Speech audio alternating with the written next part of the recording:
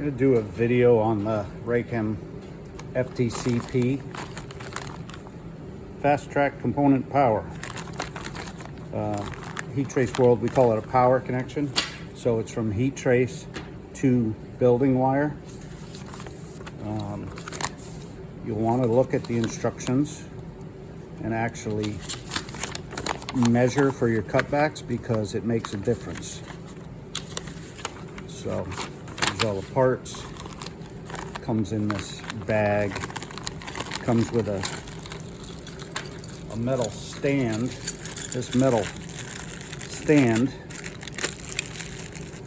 is meant to mount on the pipe. The heating cable comes off the pipe up into an electrician supplied junction box where the connection will be made. Will come through this little feed through fitting. It comes with a black harder rubber bushing, so you swap that out for this softer one. You want to keep this little stress relief thing on here before you make your connection. I'm going to slide this on.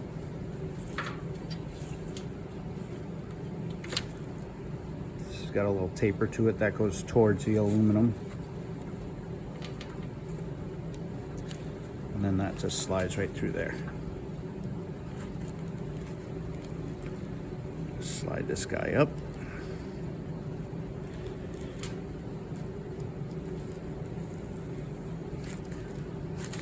Got our end. Put this on.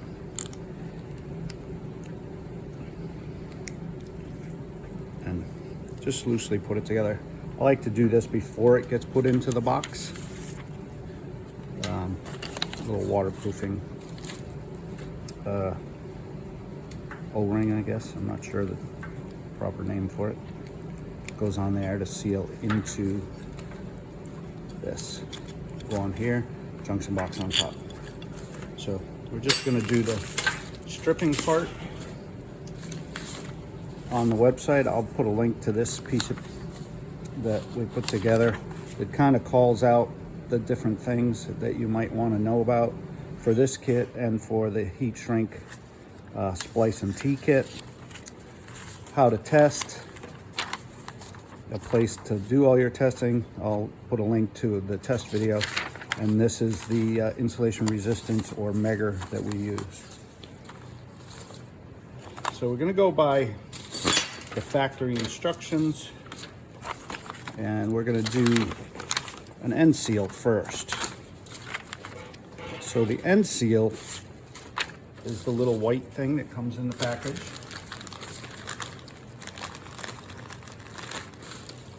Little white thing. And we have some heat shrinks and some stickers. So if there's a power connection, the intent is that you would put these stickers on. Some are for freeze protection, some are for roof and gutter.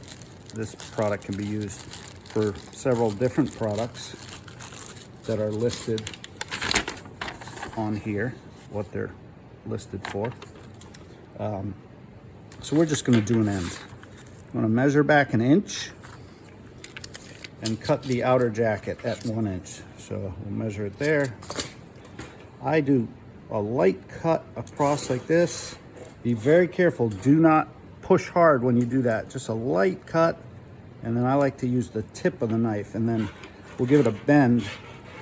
This black jacket, you might have an orange jacket on your XL trace. This is the CT jacket, covering tough cell. It's for you, the XL trace that's black would be for applications like grease waste. Regular pipe freeze protection, you're probably gonna have the orange stuff. So we broke that free. We're gonna do a little cut down here, a little harder at the end, and then you can break that out like that. Can't quite get it, you can just pull it with a pair of linesmans. Get that guy off there. Better to spend time breaking that away rather than cutting through, because a lot of times your knife will go right through on this corner, and then when you test for insulation resistance, it will fail right there. You do not want to put any cuts in that white jacket. That is the protective jacket. I find the best tool for cutting off these is telephone scissors.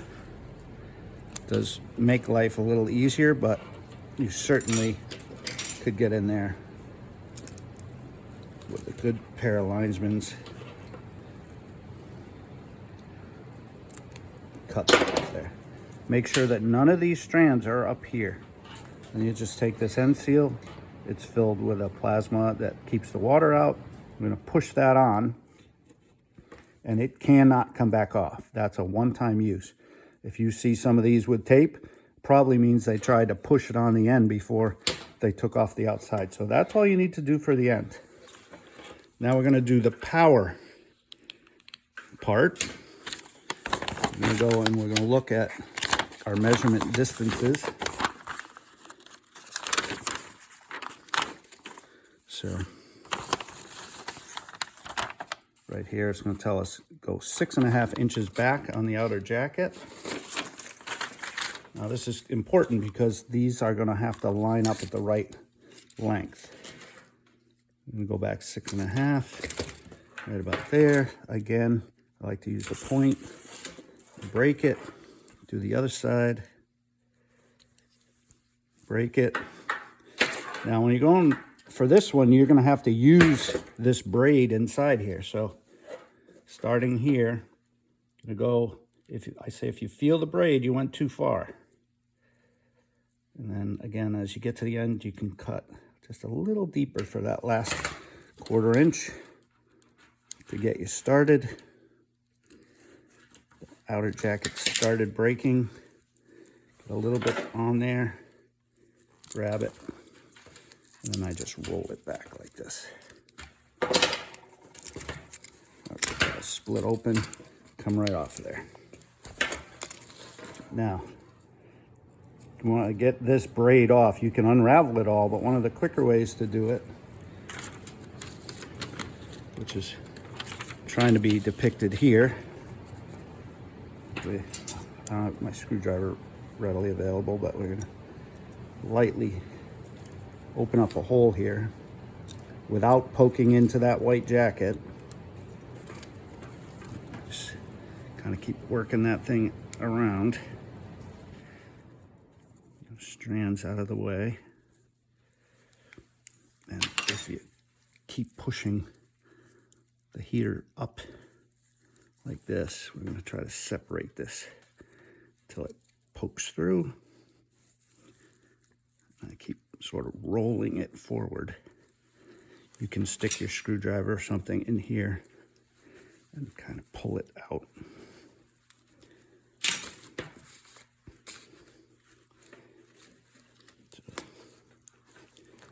Pull that out like that. Now you have a nice braid coming off the side. And that gets our yellow and green. Green for US. Some other countries use yellow. All right, so we're not going to heat shrink it yet. We're going to leave that there. And now they want us to take off this inner jacket. And our measurement is, where is it? Leave a 1/2 inch, so basically 6 inches. We can go a little harder here, but still, we don't want to go too tough right here because the bus wire, or the wire that carries the current, is right there. We don't want to wreck that. When you're making this cut down the middle, go a little harder because we're going to get rid of that black part on the inside. So this white jacket is the primary jacket, or the jacket that keeps you safe. So we don't want holes in it here. This black stuff, this is the actual heating cable. There's 2 wires that we're going to expose that carry voltage down the wire but it heats this way. This is a conductive polymer. If you can imagine plastic, which is not conductive, with a bunch of little carbons in it, if this is a wire and this is a wire, and those little carbons, when it's cold, they're close together, flow a lot of heat. When it's hot, they're far apart. They flow less heat. So that's how it self-regulates. You won't see it breathing, but microscopically, that's what's happening. So this is how I do it. I'll take my knife, just lightly push in there and pull. And then I'll make just a little cut. Don't go too hard. Again, you don't want to cut this bus wire.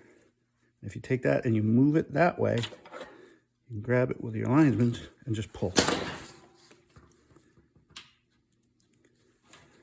I'm going to take that conductive core off of there on both sides. All right, there we have our 2 bus wires. I guess I didn't get it all off of there. All right, we do not want these to cross over, and we want to get our 2 skinny black tubes and slide that twisted good and straightened out. Feed that through. So we're all the way to the end. A little bit sticking out here. Feed it through this one. All right, so now I will shrink these 3 before I put on what's called this core seal. Pretty much any heat source will work, unless it happens to be out of gas.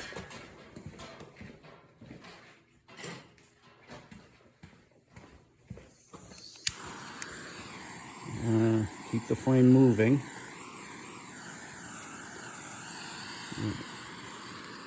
Keep that down.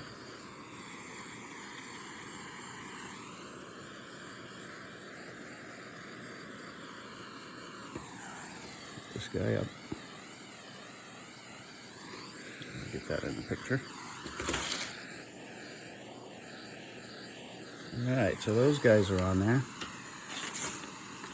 This is what's called the core seal. This guy slides down here. Make sure those 2 are not crossed over. And put that right down to there. This stays outside of that core seal. We do not want this braid anywhere near that conductive core. Close this down. This is lined with an adhesive. So now we're going to heat this down. I like to start at the end towards the braid so it'll hold on to that piece. And heat it up. So those guys are getting a little close together. Now we're going to take a pair of needle nose. And we're just going to grab right in here. Keep those 2 apart. And now that glue has solidified. Now water can't get down in there. Water is what kills heating cables. So take the wire nuts, connect to your feed wires, wire nut them on. That's all you got to do. I'll put a link to the documents from my page. I'll put a link to the testing, and I'll put a link to the RayChem FTC-P power kit instructions. Thanks.